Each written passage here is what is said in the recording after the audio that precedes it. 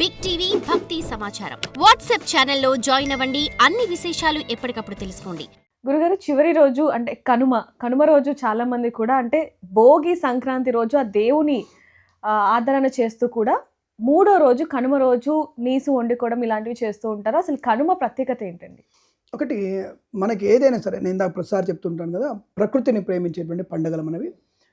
ఈ రోజున కనుమ పండుగ ప్రత్యేకత అంటే, కనుమ అంటే తీరం అని అర్థం. అంటే తీరం అంటే ఎండ్ ఆఫ్ ది గ్రామం, దేశానికి ఎండ్ అంటే పశ్చిమ కనుమలు తూర్పు కనుమలు లాగా చెప్తాం కదా, అలా కనుమ అంటే ఎండ్ ఆఫ్ ది మనకి బార్డర్ అనుకోండి. అలాంటప్పుడు ఏంటంటే ఈ తాతయ్యలు అమ్మమ్మలు అందరూ కూడా పాపం వచ్చిన మనవరాలతో 2 రోజులు అడావుడు అయిపోయింది. మనకు నిజంగా ఈ భోగి సంక్రాంతి కళ్ళు తెరిచి లోపల అయిపోతుంది ఎవరింటోనే సరే. కనుమ పండుగ వచ్చేసరికి కొద్దిగా డల్ అయిపోతారు అందరూ కూడా, అందరూ వెళ్ళిపోతున్నారు భావంతో. కాబట్టి మూడో రోజు వెళ్ళిపోవడం ఎందుకనే భావంతో కనుమ పండుగ రోజు వెళ్ళొద్దు అని తాతయ్యలు అమ్మమ్మలు కలిపి చేశారని అనుకుంటున్నాను. అయితే ఈ రోజు నా విశేషం ఏంటంటే వెళ్ళకూడదు నిజంగా మనకి. ఎందుకంటే పొలిమేర దాటొద్దు అంటారు, కనుమ పండుగ రోజు పొలిమేర దాటొద్దు అంటారు. అంటే ఈరోజు మనకి పశువులని పూజించే పండుగ. అంటే పిల్లలకి ప్రకృతితో అనుబంధాన్ని ఏర్పరిచేటువంటి ఒక మంచి పండుగ. అసలు చాలా ఇంపార్టెంట్. ప్రకృతిని పిల్లలు ప్రేమించాలి, పిల్లలు తెలవాలి ఆ విషయం అని. ఆ రోజు మన యొక్క పశువులన్నింటినీ కూడా ఎద్దులు, ముఖ్యంగా ఎద్దులు పూజ. అంటే ఈ రోజు మనం పూజ చేసిన నందీశ్వరులకి. ఆ నందీశ్వరుడు అంటే ఎద్దులు. మనకి వ్యవసాయాన్ని, మన జీవన ఆధారమైనటువంటి ఆ ఎద్దుల్ని మనం బాగా పూజించాలి. శుభ్రంగా కడిగి వాటికి గిట్టలకి కొత్త తొడుగు తొడిగి, తర్వాత మనకి కొమ్ములకి బంగారు తొడుగుతారు. సో ఇవన్నీ చేసి వారికి పూజిస్తారు. పశువు కుంకుమ పెట్టేసి బ్రహ్మను పూజించేసి, మనం మొన్న పంట కోసాం, కొత్త పంట ఇంటికి వచ్చింది కదా, మిగిలినది ఉంటుంది, కట్ చేసినది మిగిలిన ఉంటుంది కదా, ఆ మిగిలిన దాని మీదకి పొలాలకు పంపించేస్తారు. ఇక అవి ఆ పచ్చిక బయళ్ళని బ్రహ్మాండ తింటుంటాయి. అవి ఒక 10 రోజులు పడుతుంది. అది అలా తినడం వల్ల ఇక్కడ మనకేంటంటే ఈ పిల్లల్ని కూడా తీసుకెళ్తారు హాయిగా మందడి పొలాలు చూపించడానికి, ఎండిపోయిన పొలాలు కదా అవన్నీ చూపించడానికి, సరదాగా వెళ్ళడానికి చూపిస్తూ వాళ్ళ కాలువలు వెంబడి నీళ్లు ఉంటాయి. ఇప్పుడు ఆ నీళ్ళల్లో కాస్త ఈత కొట్టడం, పొలాలు తిరగడం చూపిస్తారు. అంటే ప్రకృతితో మమైక్యం అవడానికి ప్రయత్నం చేస్తారు. ఇక్కడ సైంటిఫిక్గా మరొక విషయం ఏంటంటే, పశువులను అలా మనం పూజించి వెళ్ళిన తర్వాత అవి బలమైనటువంటి ఆహారం తింటూ ఉంటాయి కదా, అక్కడే మలమూత్ర విసర్జన చేస్తాయి. అవి మందడి అంటారు దాన్ని. ఎక్కడెక్కడైతే నీ పొలంలో మలమూత్ర విసర్జన, ఆవులు కానీ గేదెలు కానీ బర్రెలు లేదా మేకలు ఇవన్నీ కూడా మందడి చేస్తున్నప్పుడు అక్కడ ఉన్నటువంటి ఆ పదార్థం అంతా కూడా రేపు వచ్చే వేసవి కాలానికి విచ్చుకుపోతుంది. అంటే భూమి విచ్చుకుపోతుంది. ఎర్రలు దాస్తుంటారు. ఎర్రలు చాచడం అంటే అదే.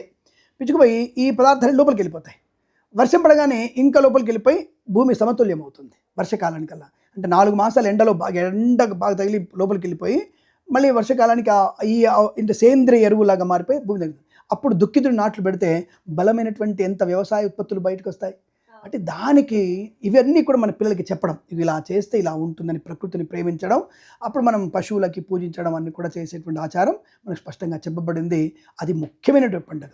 4వ రోజు ముక్కనుమగ పేరు పెట్టి అసలు ముక్కను అసలు పోదని చెప్పేసి తాతమ్మలు, నానమ్మలు, అమ్మమ్మలు అందరూ కూడా పిల్లల్ని గారాబంగా పెంచుతూ 5వ రోజు అందరూ కూడా సాధారణంగా హ్యాపీగా సాగిపోయి వాళ్ళ పట్టణాలకి వాళ్ళ ఉద్యోగానికి వెళ్ళిపోయేటువంటి ముఖ్యమైనటువంటి పండుగ కనుమ పండుగ అని చెప్తారు. గురుగారు, భోగి, సంక్రాంతి, కనుమ ఈ 3 రోజులు కూడా చేయవలసిన దానాలు ఏంటంటే? ఒకటి ముఖ్యంగా వస్త్రదానం చెప్పబడింది. వస్త్రదానము, అలాగే మనకి స్వయం పాకం. అంటే ఎవరికి చేస్తాము అంటే, ఇక్కడ ఒక విషయం గుర్తుపెట్టుకోండి. మీకు మధ్యలో మనం ఒక విషయం మర్చిపోయాం. మకర సంక్రాంతి నోములు నోముకుంటారు కొంతమంది. ఈ మకర సంక్రాంతి నోములు నోముతున్నప్పుడు సాయంకాలం పూట ఆడవాళ్ళందరూ కూడా 4ంటికి స్టార్ట్ చేస్తారు. ఇక ఈ అమ్మక్క ఆ ఇంటికి, ఆ అక్క ఈ ఇంటికి, ఈ వదిన ఆ ఇంటికి, వదిన వస్తున్నావా, ఇప్పుడు ఫోన్లు అయిపోయినాయి కాబట్టి ఆ వదిన వస్తున్నావా, నీకోసం వెయిట్ చేస్తానని చెప్పేసి వెళ్తూ ఉంటారు. నిజంగా దీనికి వెనుకున్నటువంటి అర్థం తెలుసా మీకు? చాలామంది తెలియదు ఈ విషయంలో. నోములు నోముకున్న తర్వాత అందరు ఇండలకు వెళ్తారు, పశువు ముక్కు కోసం, ముత్తైదువ కోసం వెళ్తుంటారు. ఇక్కడ అనాది కాలంలో ఈ పంట పొలాలన్నీ వచ్చేవి, కుంచెలు నింపేవి. అంటే కుంచెలు అంటే పెద్ద పెద్ద ఒక చెక్కలు, అంటే కర్ర ముక్కలతో చేయనటువంటి ఒక కుంచాలు అంటారు. ఒక రకమైన ప్లాస్టిక్ డ్రమ్లా ఉన్నాయి, కానీ అప్పట్లో వారికి ఆవు పేడతో అలిగినటువంటి కుంచాలు ఉంటాయి. ఆ కుంచాలు ధాన్యం నిండేది. అంటే ఆ ధాన్యము బస్తాలు పక్కన ఉన్న దాన్ని బట్టి కొంచెం నిండిందా లేదా తెలుసుకుంటారు వీళ్ళు అందరూ, అమ్మలక్కలందరూ కూడా పోయి. అది ఎవరింట్లో అయితే తక్కువ వచ్చిందో అది చూసుకొని మిగతా ఆడవాళ్ళందరూ కూడా పలాని సౌభాగ్యలక్ష్మికి తక్కువ వచ్చింది, మనందరం కలిసి పండుగ చేసి ఆవిడ కొంచెం నింపాలి. అంటే కొంచెం అంటే ఆవిడకు కూడా సమృద్ధి ధాన్యం ఇచ్చేయాలి, మనందరం తినడం దుబ్బి తినడం కాదు అన్నటువంటి భావనతో ప్రతి ఇంటికి వెళ్ళేసి తులసికొట్ట చూసావా, వదిన తులసి వేసావా, వదిన బీరపాద వేసావా, వదిన ఆనపకాయ వేసావా, వదిన సొరకాయ వేసావా అని చెప్పి తిరుగుతూ ఆ కుంచాన్ని చూస్తారు వాళ్ళు. అంటే వాళ్ళకి ఆర్థికంగా బలంగా ఉందా, సంవత్సరం సరిపడేటువంటి ధాన్యం వచ్చిందా లేదా అని చూసి, ఒకవేళ తక్కువ ఉంటే అప్పట్లో అసూయ ద్వేషాలు అనేటువంటి వాళ్ళు ఆ అమ్మాయి ఇంట్లో ఏదైనా వ్రతం లాంటిది ఏర్పాటు చేసేసి అందరిలో వ్రతం చేసి ఆవిడకి కుంచాలు ధాన్యం ఇచ్చేవాళ్ళు, దానికి సమృద్ధిగా ఉండడానికి. అంటే అందరం సమానంగా ఉండాలి ఊళ్ళో అనేటువంటి ఒక సంప్రదాయం ఉండేది. ఇప్పుడు ఆ సంప్రదాయం ఏది? ఈర్ష్య, అసూయ, ద్వేషం. నాకు పట్టుచీర కొన్నదా, అమ్మ దాని పట్టుచీర తక్కువదిగా, అది మొన్న డబ్బులు దొబ్బేసి చిట్టి కట్టేసి తీసుకుని పట్టుచీర కొన్నది అనేటువంటి అసూయత ఉన్నది తప్ప అప్పట్లో అలా లేదండి.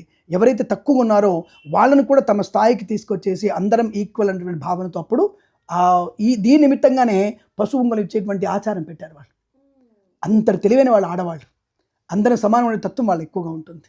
ఆరోగ్య విషయాలు కానీ ఇతరత్ర విషయాల్లో కూడా మనం ఏమి హెల్ప్ చేయొచ్చు, వాళ్ళకి హ్యాపీగా ఉన్నారనుకో దే ఆర్ హ్యాపీ, హ్యాపీ లేరనుకో వీళ్ళు హ్యాపీనెస్ క్రియేట్ చేస్తారు, వీళ్ళు నలుగురు కలిసి మనం తను హ్యాపీగా ఉంచాలన్నటువంటి భావనతో పశువు కొని వెళ్ళేవాళ్ళు.